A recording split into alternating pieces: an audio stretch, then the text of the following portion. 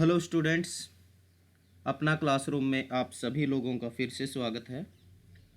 पिछले लेसन में हमने लो spring written by Anees Jung जो फर्स्ट पार्ट था साहेब वाला रैग पिकर वाला वो हमने किया था। तो today we are going to discuss about the second part. और इस सेकंड पार्ट के जो प्रोटैगनिस्ट हैं वो हैं Mukesh. I want to drive a car. देखिए, जो पहली कहानी थी, यदि आपने गौर किया होगा तो पहली कहानी आपकी थी सीमापुरी की, और इस बार की जो कहानी है वो कहानी आपकी है फिरोजाबाद यूपी। कहाँ की है? फिरोजाबाद। फिरोजाबाद एक ऐसा शहर है जो किस चीज़ के लिए फेमस है through out India? That is bangle making, चूड़ियाँ बनाने के लिए, बैंगल मेकिंग के लिए फेमस है। अब यहाँ पर कंडीशन क्या है कि जो लोग रह रहे हैं ठीक उसी तरीके से जिस प्रकार से सीमापुरी में था, वो लोग कैसे हैं? पुअर पीपल हैं। वो कई जनरेशन से क्या कर रहे हैं? बैंगल मेकिंग कर रहे हैं, लेकिन अभी भी उनकी कंडीशन ऐसी भी नहीं है कि वो 2 टाइम का खाना जुटा पाएँ या अच्छे से लाइफ अपनी जी पाएँ।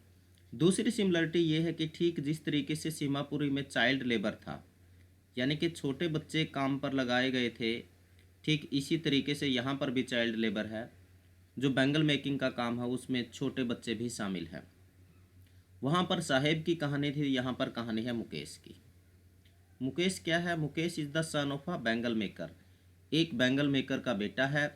लेकिन इसमें जो इम्पोर्टेंट चीज़ है समझने की वो ये है कि जिस तरीके से साहेब का सपना था स्कूल जाने का, जैसा कि अनीश जुंग से बात उसकी हुई जब, तो उसने बताया था, ठीक इसी तरीके से मुकेश का सपना क्या है कि मैं इस चंगुल से बाहर निकलूं, मुझे बैंगल मेकर नहीं बनना है, क्योंकि वो बैंगल मेकर की हाल देख चुका है।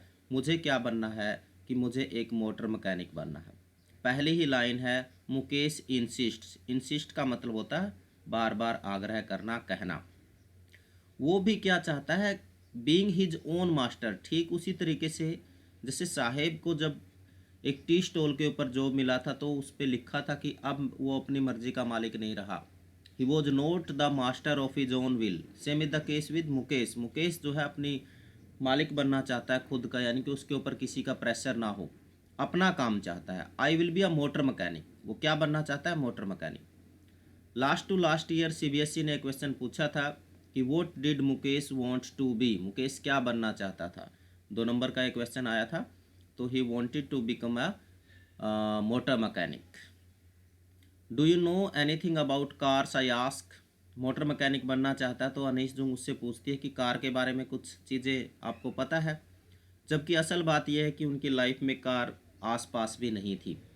तो वो कहता है कि मैं जो है पहले क्या, I will learn to drive a car, car चलाना सीखना चाहता है। लेकिन अब ये लाइन यहाँ पर इम्पोर्टेंट है, looking straight into my eyes. इसका मतलब है कि he was full of confidence. जब आंखों में आंखें डाल के कोई बात करता है तो इट मीन्स दैट कि उस इंसान के अंदर वो कॉन्फिडेंस है। अब देखिए, his dream looms like a mirage amid the dust of the street that fill his town Firozabad famous for its bangles. लेकिन उसका जो सपना है उसके ऊपर जो गर्द जमी हुई है, धूल जमी हुई है, ठीक उसी तरीके से जिस तरीके से फिरोजाबाद, यानी कि उसके सपना साकार होना इतना आसान नहीं है, उसके रास्ते में काफ़ी सारी अड़चनें हैं, ये वो बताने की कोशिश कर रही है। अब देखिए, फिरोजाबाद जैसा कि मैंने पहले ही बताया कि बैंगल मेकिंग के लिए फेमस है पूरा का पूरा शहर। यहाँ के हालात क्या हैं? ये भारत का जो ग्लास ब्लोइंग का जो काम है उसका सेंटर है पूरे इंडिया का। अब यहाँ पर जो जनरेशन है, जो सॉरी फैमिलीज हैं, उनकी कई जनरेशन इसी काम पे लगी हुई है पहले से ही। फर्नेस का मतलब होता है भट्टी। भट्टी मतलब जो है वो चूड़ियों को यानी कि ग्लास को पिघलाते हैं, उसको शेप देते हैं, उसके बाद बैंगल्स बनती हैं। और बैंगल्स का हमारे इंडिया का जो सोसाइटी है उसमें एक अहम रोल है। वीमेन बैंगल पहनती हैं and it is the symbol of सुहाग, जिसको हिंदी में वर्ड है। अब देखिए, मुकेश की फैमिली भी उन्हीं फैमिली में से एक है जो इस तरीके से बैंगल मेकिंग में जुटी हुई है। अब उनको किसी को ये नहीं पता है कि भाई 14 साल के कम उम्र के बच्चों को काम पे लगाना क्या है। It is illegal for children like him to work in glass furnaces. इस तरीके के जगह पर ये बच्चे काम नहीं कर सकते, ये जो है इलीगल है, इसकी जो हमारा कॉन्स्टिट्यूशन है वो इजाज़त नहीं देता है। और यदि कोई बच्चे से इस तरीके का काम करवाता है तो वो किस कैटेगरी में आता है, दैट इज चाइल्ड लेबर, बाल मजदूरी जिसको हिंदी में कहते हैं। अब वहाँ जो जिस कंडीशंस में वो लोग काम करते हैं वो कंडीशंस कैसी हैं, आप ध्यान से हाई टेम्परेचर, जाहिर सी बात है जब शीशा पिघलेगा, ग्लास पिघलेगा तो उसके लिए हाई टेम्परेचर चाहिएगी। डिंजी सेल, यानी कि छोटे छोटे कोठरियाँ हैं जिनके अंदर काम होता है, उनमें से बदबू आती है, उनमें कोई हवा पानी का, लाइट का कोई जो है साधन नहीं है।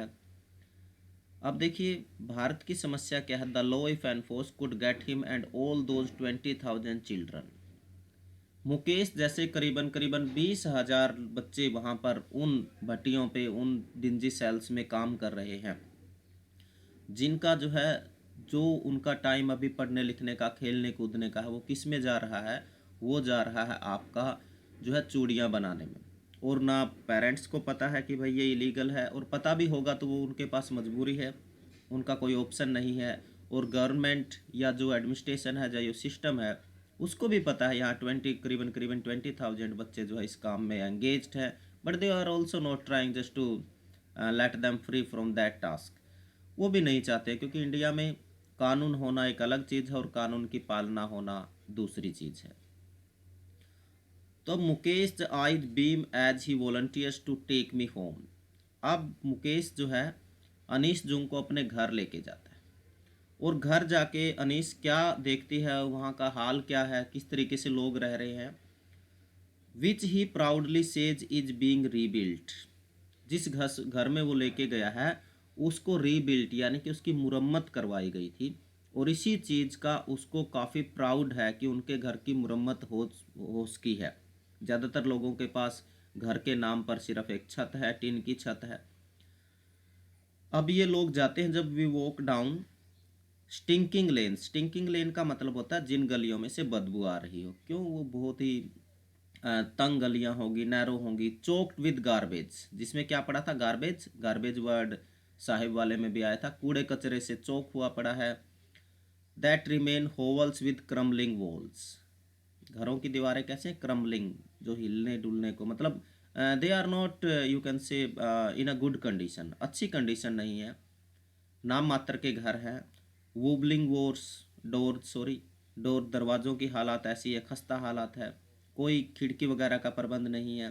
क्राउडेड विद फैमिलीज, इसका मतलब है घर छोटे हैं और उसके अंदर रहने वाले जो लोग हैं उनकी संख्या ज़्यादा है। Crowded with families of humans and animals, दूसरी इंपॉर्टेंट चीज़ ये है कि बहुत छोटे से घर में इंसान और जानवर दोनों एक साथ रह रहे हैं। कोएग्जिस्ट का मतलब है एक साथ रहना।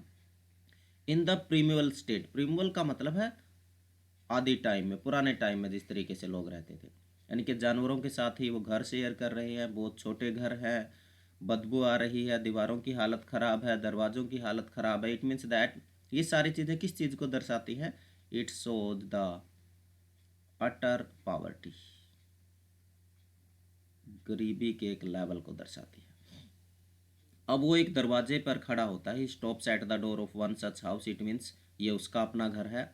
बैंग द वुबली आयरन डोर, लोहे का दरवाज़ा है छोटा सा, अपने पाँव से उसको खोलता है।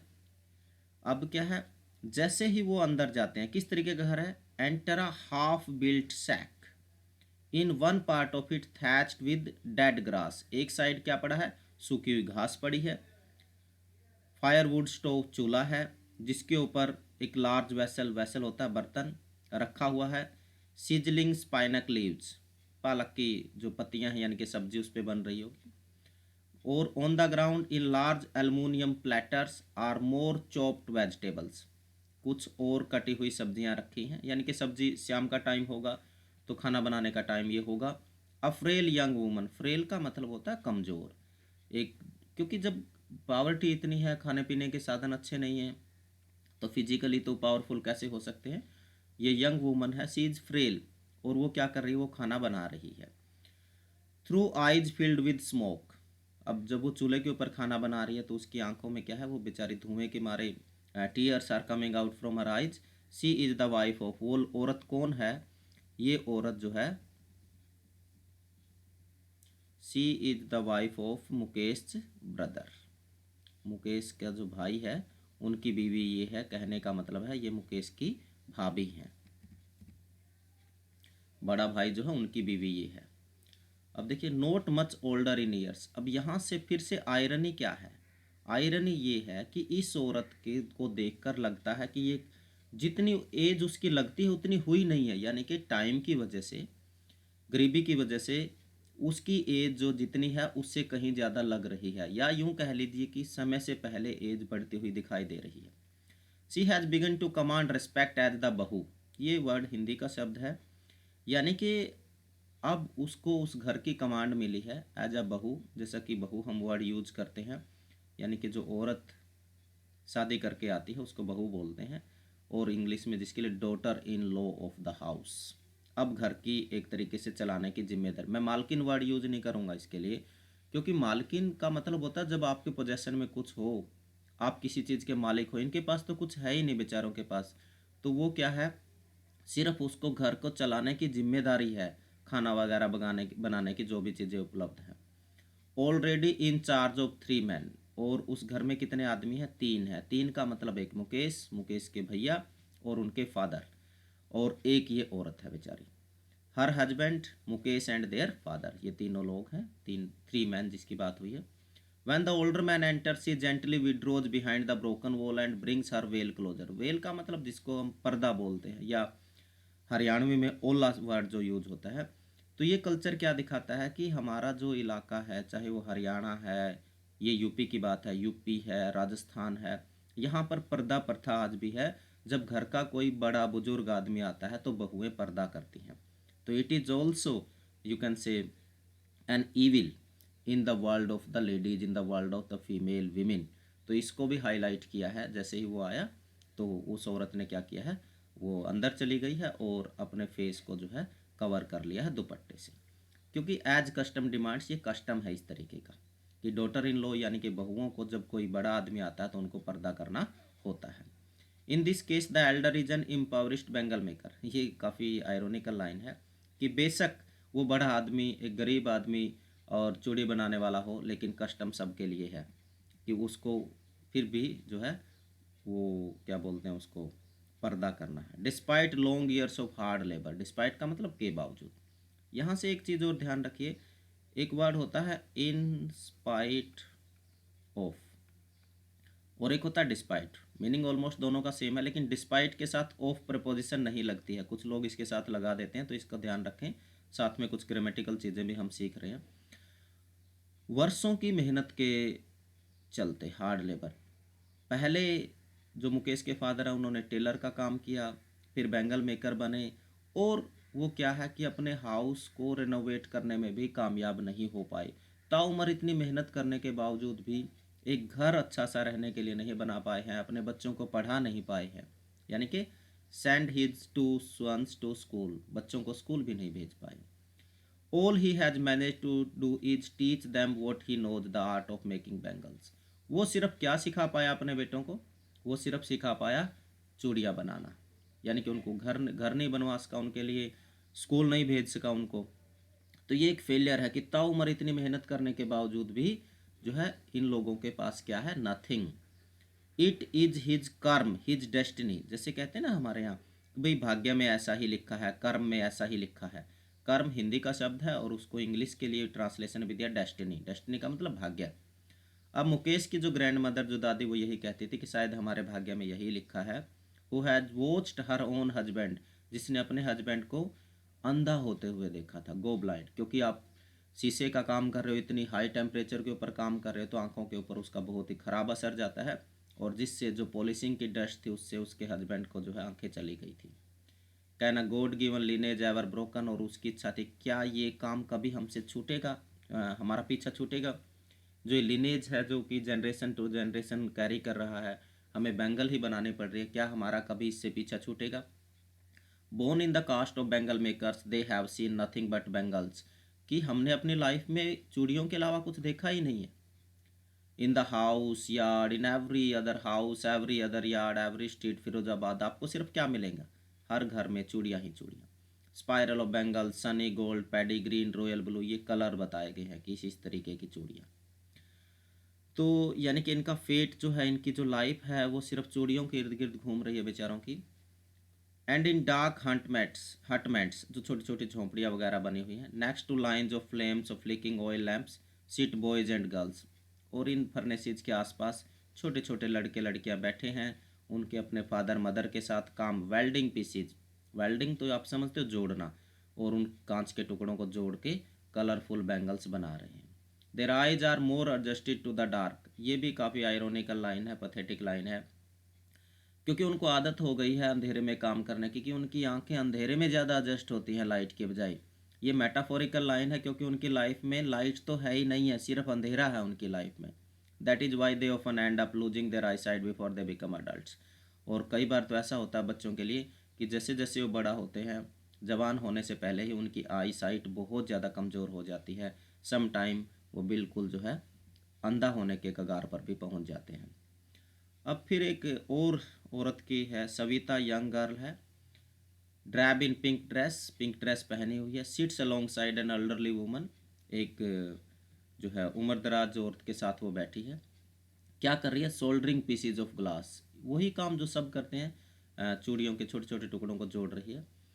और उसके हाथ जो है मैकेनिकली, क्योंकि वो इस काम में महारत हासिल कर चुकी है। I wonder if she knows the sanctity of the bangle she helps make. और ऑथर कहते हैं कि उस छोटी बच्ची जो चूड़ियाँ बना रही है, शायद उसको तो ये भी नहीं मालूम होगा कि इन चूड़ियों का मतलब क्या है, क्यों इसे पहनते हैं, पहनने का मतलब क्या है, वगैरह वगैरह। इट सिम्बोलाइजेज, इसका मतलब क्या है, किस चीज़ का संकेत ये इंडियन सोसाइटी में है? इंडियन वुमन के लिए it is a symbol of सुहाग, जैसे मैंने शुरू में ही बताया था कि जो औरतें शादीशुदा होती हैं और जिनके हस्बैंड अभी जिंदा हैं, वो लोग जो है सॉरी वो औरतें जो है चूड़ियाँ पहनती हैं। ऑस्पिशियसनेस इन मैरिज, शादी के time. It will dawn on her suddenly one day when her head is draped with red veil. अब उस छोटी बच्ची की बात हो रही है, उसको कब समझ आएगा? जब एक दिन उसको रेड वेल यानी कि एक लाल दुपट्टे के साथ अपना फेस ढकना होगा, यानी कि उसकी शादी हो जाएगी, उसके हाथों में जो है डाइड विद रेड हीना, मेहंदी लग जाएगी। Then she will come to know कि इन बैंगल्स के मतलब क्या है, और तब वो एक शादीशुदा औरत हो जाएगी। She will then become a bride, bride का मतलब जिसको हिंदी में क्या कहेंगे, क्या उसको बोलते हैं हिंदी में ब्राइड को? दुल्हन, हाँ, जिस दिन वो दुल्हन बन जाएगी। Like the old woman beside her who become many years ago, जो औरत साइड में उसके बैठी है, जो इस एक्सपीरियंस से कई साल पहले गुजर चुकी है। तो काफ़ी इंटरेस्टिंग और काफ़ी जो है आप समझिए कि हाँ, यहाँ से थोड़ा सा चीज़ें हैं इम्पोर्टेंट हैं, आपको लगेगा।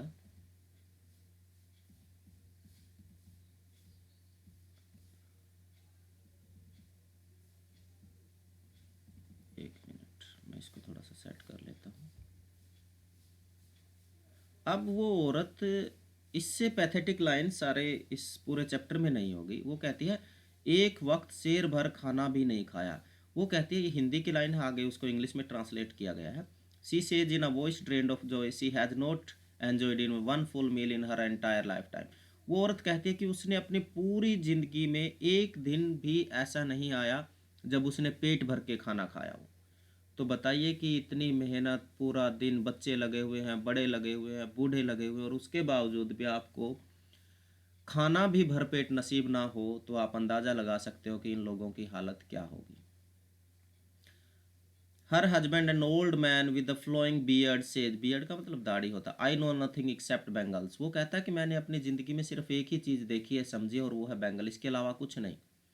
Hearing him, one wonders if he has achieved what many have failed in their lifetime. He has a roof over his head. अब देखिए, something is better than nothing, कि इसके लिए भी एक गनीमत है कि कम से कम इनके सिर के ऊपर एक छत है, रूफ ओवर हिज हेड। बहुत सारे तो लोग ऐसे हैं जिनकी ताउम्र काम करके बीत जाती है और वो एक छत भी उनको नसीब नहीं होती है। The cry of not having money to do anything except carry on the business making bangles, not even enough to eat rings in every. कि आप बिजनेस कर रहे हो, बिजनेस चलाने के लिए पैसा कम है, वो एक अलग चीज़ है। लेकिन यहाँ लड़ाई पैसे की नहीं है, यहाँ लड़ाई किस चीज़ की है? खाने की लड़ाई है, घर के ज़रूरी काम काज, ज़रूरी चीज़ों की लड़ाई है। Little has moved with time, it seems, in Firozabad. Years of mind-numbing toil have killed all initiative and ability to dream. और इनकी गरीबी ने, ये कमर तोड़ मेहनत ने, टॉयल मेहनत ने क्या कर दिया है, इन लोगों का जो सपने लेने की एबिलिटी थी, योग्यता थी, उसको करीबन करीबन मार दिया है। ये सरेंडर कर चुके हैं उसके आगे। अब इनकी लाइफ में कोई सपना नहीं है, कुछ नहीं है। They are merely bangle makers. Why not? और अब ऑथर पूछती है कि भाई तुम लोग ऑर्गेनाइज क्यों नहीं होते, यूनियन क्यों नहीं बनाते, आवाज़ क्यों नहीं उठाते कि तुम्हारा कोई ध्यान नहीं रख रहा है। तब उसका जवाब क्या है? यंग मैन के ग्रुप से वो पूछती है, तो वहाँ से जवाब मिलता है, कहते हैं even if we get organise, कि यदि हम बना भी लें यूनियन, ऑर्गेनाइज हो भी जाएं, we are the ones who will be hauled up by police, police हमारे पीछे पड़ जाएगी, बीटन पीटेगी, ड्रैग टू जेल, और हमें जेल में ठूंस देगी। क्या काम करने के लिए? Something illegal. देखो, ये हमारे सिस्टम के मुंह पर एक करारा तमाचा है। एक जो है बहुत ही खूबसूरत लाइन ऑथर ने लिखी है कि जो उन लोगों की ज़िंदगी गरीबी में पिस रही है, छोटे बच्चे काम कर रहे हैं, पुलिस को वो इलीगल नहीं दिख रहा है। लेकिन यदि ये लोग यूनाइट होंगे, हक की मांग करेंगे, आवाज़ उठाएंगे, तो वो इलीगल होगा और उनको उठा के जेल में डाल दिया जाएगा। तो ये सिस्टम है और ये बात बिल्कुल सही भी है, ऐसा ही होता है। There is no leader among them, no one who could help them see things differently. और उनके पास, बेचारों के पास, कोई ऐसा लीडर भी नहीं है जो उनको लीड कर सके, जो बता सके, लड़ सके। जैसे कि गांधी जी जैसे लोग इकट्ठा हो गए, लोगों ने जो है मूवमेंट किए थे और लोगों को जगाया था। Their fathers are as tired as they are, यानी कि वो हार मान चुके हैं और उनके दिमाग में चीज़ बैठ चुकी है कि कुछ भी करने का फ़ायदा नहीं है, उनकी लाइफ में कोई चेंज आने वाला नहीं है। यानी कि they have become passive, they have become, उसको क्या बोलते हैं, पैसिमिस्टिक, निराशावादी बन चुके हैं बेचारे।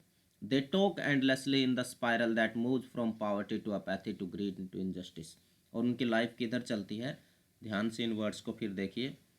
पॉवर्टी टू अपैथी, गरीबी से अपैथी, ग्रीड लालच से इनजस्टिस, यानी कि ये चीज़ें ही इनकी लाइफ में बन के रह गई हैं। Listen to them I see two distinct world's.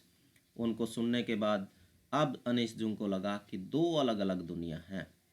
One of the family caught in a web of poverty, एक जिस पॉवर्टी, गरीबी के चुंगल में, वेब होता चुंगल, उसमें ये लोग फंस चुके हैं। बर्डनड,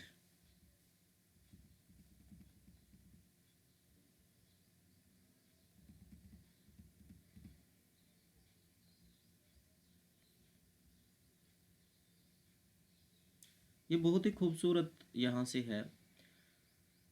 और इनकी, इसका कारण क्या है कि ये किस फैमिली में पैदा हुए हैं? बेंगल मेकर की फैमिली में पैदा हुए हैं। तो ये इनको बता दिया गया कि भाई आपको बस बेंगल ही बनानी है। दूसरा जो है, साहूकारों के चुंगल से नहीं निकल पा रहे।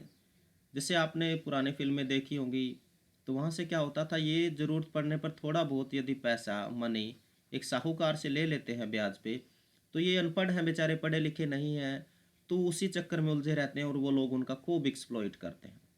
The middle man, the police man, the keepers of law, the bureaucrats and the politician, इन सब कोई इनका ध्यान नहीं रखा और सब इनका क्या करते हैं? एक्सप्लॉइटेशन करते हैं, शोषण करते हैं। तो आप देख सकते हो कि काफ़ी खूबसूरत चैप्टर अनीस जुंग का है। Together they have impose the baggage on the child that he can not put down. तो इन सब ने मिलकर, हालांकि जो बच्चे के ऊपर जो प्रेशर है उसका जिम्मेदार ये सब है, ये सिस्टम है, ये सिस्टम है। और उन्होंने उस बच्चे की पीठ के ऊपर एक बैग लाद दिया है, बोझ लाद दिया है बल्कि कहेंगे, और वो बच्चा चाह कर भी उसको नहीं रख सकता है।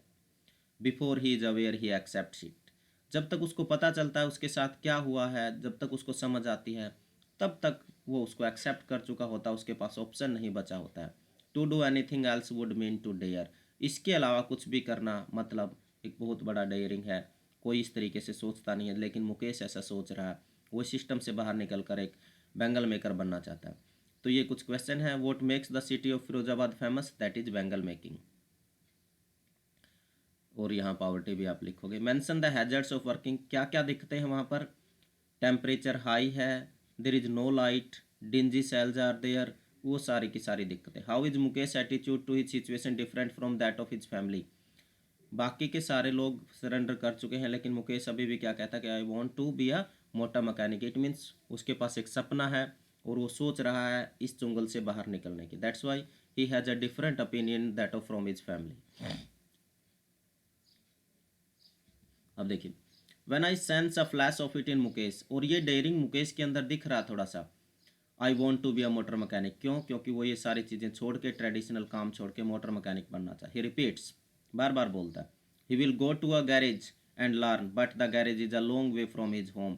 ये थोड़ा सा लाइन मेटाफोरिकल है, इसको समझना होगा। इसका मतलब सिर्फ ये नहीं है कि गैरेज उसके दुकान उसके घर से दूर फिजिकल डिस्टेंस की बात नहीं है कि 10 किलोमीटर है, 5 किलोमीटर। रादर इसका मतलब ये है कि अभी उसके लिए ये सपना बहुत ज़्यादा दूर है। मेटाफोरिकली जैसे कहते हैं ना, दिल्ली बहुत दूर है, उसको अचीव करना उसके लिए काफ़ी सारी दिक्कतें उसके सामने आने वाली है। कहता है I will walk he insist, लेकिन वो कहता है कुछ भी हो मैं इसको पाके रहूँगा। It means that he is a determined गाई। और वो लोग, जो लोग इस तरीके से डिटरमिन्ड होते हैं, वो बाकी लोगों से अलग करते हैं। Do you also dream flying a plane. फिर वो पूछती है, क्या हवाई जहाज उड़ाने का भी सपना देखते हो। He is suddenly silent. जिसने अभी तक कार बेचारे ने नहीं देखी, वो अभी प्लेन का सपना नहीं देख सकता। लेकिन ये अच्छी चीज़ है कि कम से कम वो सपना तो देख रहा है। No, he says staring at the ground. Staring का मतलब घूरना। ही हिज स्मॉल ममर, ममर का मतलब होता है अपने आप बुड़बुड़ाना बहुत कम आवाज़ में। देर इज एन एम्बेरसमेंट, शर्मिंदगी। एम्बेरसमेंट का मतलब शर्मिंदगी। That has not yet turned into regret. He is content to dream of cars that he sees hurtling down the streets of his town. Few airplanes fly over Firozabad. ये last की line काफ़ी symbolic है। इसके बाद कुछ हवाई जहाज़ जो उड़ते हैं, उसके ऊपर से वो देखता है, जो उसके सपनों का प्रतीक है। तो इसके जो क्वेश्चन आंसर्स हैं वो हम नेक्स्ट लेसन में डिस्कस करेंगे। दोनों पार्ट इसके हम डिस्कस कर चुके हैं। यदि आपको ये लेसन अच्छा लगे तो इसको प्लीज़ शेयर करें, और कमेंट आप लिख सकते हैं। कोई समस्या आए तो लाइक करें सेशन को। Thank you, thanks a lot.